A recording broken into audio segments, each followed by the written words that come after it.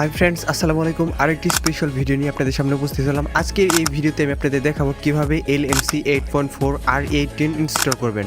এই জিকেমটি ইনস্টল করতে কিন্তু অনেকেরই নানান রকম সমস্যার সম্মুখীন হইতেছে, আর আজকে আমি সকল সমস্যার সমাধান দেওয়ার চেষ্টা করব।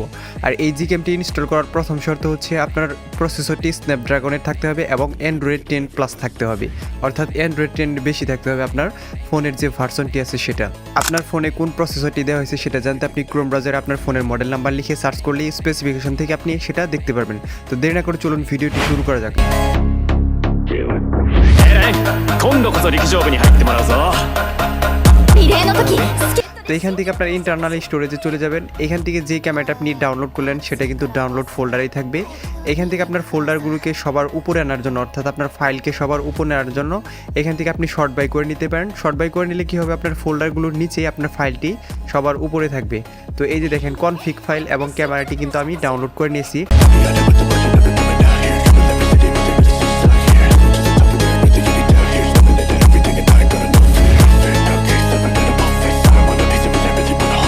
তো এখন হচ্ছে আপনার ক্যামেরাটি ওপেন করে নিতে হবে। এখান থেকে কোনো ছবি উঠানো যাবে না, জাস্ট হচ্ছে সবগুলো পারমিশন অ্যালাউ দেওয়ার পর আপনি জাস্ট ক্যামেরাটি ওপেন করে রাখবেন। এখান থেকে কোনো ছবি উঠাবেন না। তো দেখেন আমি কিন্তু সবগুলো পারমিশন এখান থেকে অ্যালাউ দিয়ে দিলাম।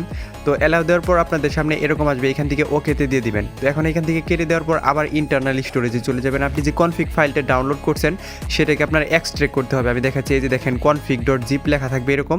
তো এটাকে আপনার চাপ দেওয়ার পর, এখানে চাপ দেওয়ার পর এই যে দেখেন এক্সট্রাক্ট অপশন আসবে, সেখানে এক্সট্রাক্ট করলে একটা ফোল্ডারের ভিতরে আপনার 25টা কনফিগ ফাইল আপনি ফ্রিতে পেয়ে যাবেন। আমি দেখাচ্ছি, এটা কিন্তু ফোল্ডার আকারে তৈরি হয়ে গেছে। এই যে দেখেন এখানে জাস্ট নাও লেখা উঠছে কনফিগের ভিতর।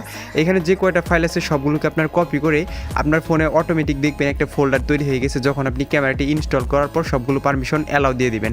এখান থেকে মুভ বা কপি করতে হবে, আমি কপি করে নিচ্ছি। কপি করার পর ইন্টারনাল স্টোরেজের থেকে দেখেন এই যে LMC 8.4 এর মধ্যেও কিন্তু জাস্ট নাও লেখা উঠছে।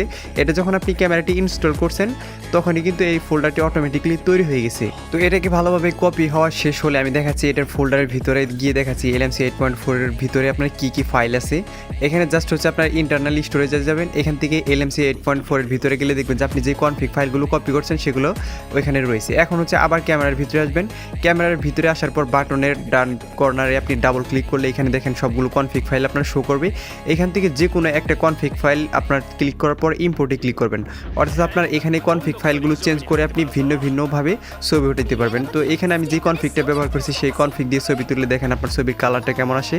এখান থেকে অটোমেটিকলি আপনার কালার গ্রেডিং হয়ে আসবে। তো দেখেন আমি কিন্তু এই কনফিগ দিয়ে ছবি ওঠানোর পর কালারটা এরকম আসছে। তো আপনি কিভাবে কনফিগ চেঞ্জ করবেন সেই প্রসেসটি দেখাচ্ছি। ক্যামেরার ডান বাটনে আবার ডাবল ক্লিক করলে এখান থেকে আবার কনফিগগুলো থাকবে। এখান থেকে আপনার যেই কনফিগটা পছন্দ হবে সেই কনফিগটা আবার ইম্পোর্ট করে নিতে হবে। এইভাবে আপনার কনফিগগুলো চেঞ্জ করে আপনি এক এক সময় এক এক ধরনের ছবি উঠাতে পারবেন। আমি কিন্তু প্রথমেই বলে নিয়েছি যে অনেকেরই কিন্তু সমস্যা হতে পারে এই ক্যামেরাটি ইনস্টল করতে। আপনারা আপনাদের ফোনের ভার্সনটি চেক দিয়ে নেবেন, তাহলে বুঝতে পারবেন যে কেন সমস্যা হচ্ছে। ভিডিওটি ভালো লাগলে দয়া করে আমার চ্যানেলটি সাবস্ক্রাইব করবেন। ধন্যবাদ সবাইকে।